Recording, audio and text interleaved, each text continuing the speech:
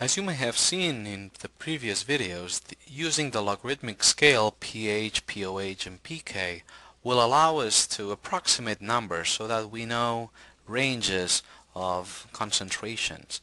And that may be also very convenient because then you don't need to calculate anything. You can assume knowing that specific substance, if it's an acid or if it's a base, and therefore its range. Something that confuses some students is that acids and bases, and we talked about that before, but let's remind it, acids and bases sometimes are present in terms of a salt. Let me give you an example. We say that an acid will have a conjugate base.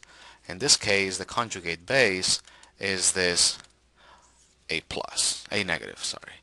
A negative will never be present in nature alone. This means that you will have typically a counter ion to, let's call it sodium A.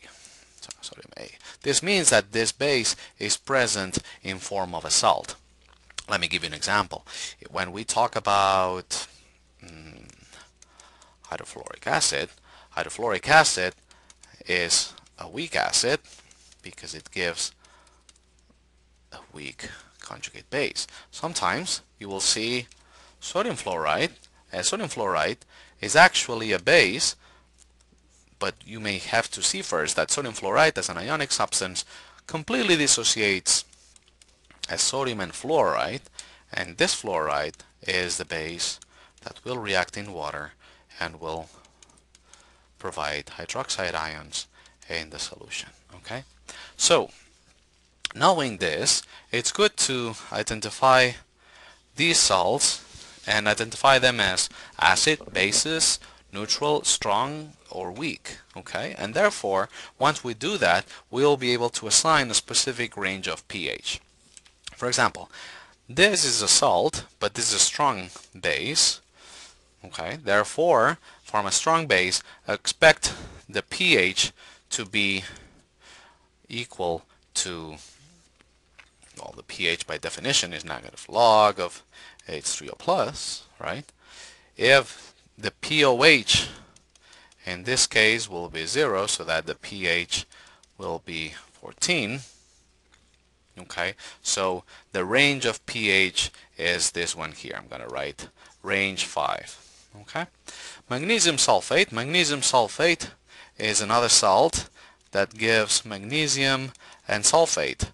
Sulfate is the conjugate base of the strong acid sulfuric or hydrogen sulfate. We got to consider them both strong acids, and if they're strong acids, the conjugate base of a strong acid is neutral. If it's neutral, the pH will be 7.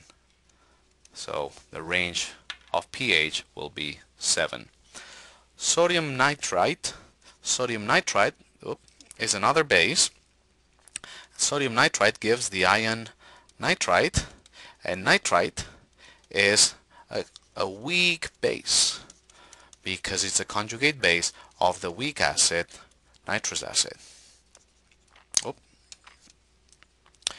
But because it's a weak base, your pH will be between 7 and 12. Therefore, this much.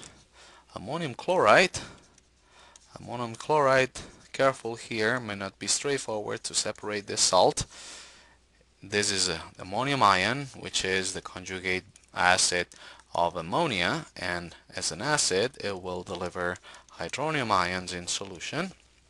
Okay, but it's weak, and if it's weak, you will have to assume that the pH will be between 2 and 7, therefore the range is 2.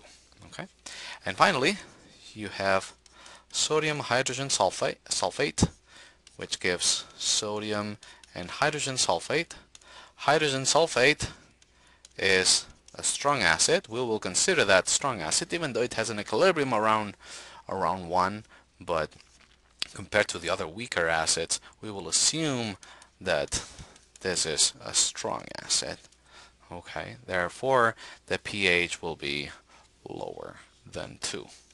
Okay, hopefully that makes some sense. It takes several steps, so you may want to redo this on your own and compare it with the results here, but it's important that this clicks because more often than not acids and bases are behind the salt, and it's important to identify that acid and base hiding behind the salt.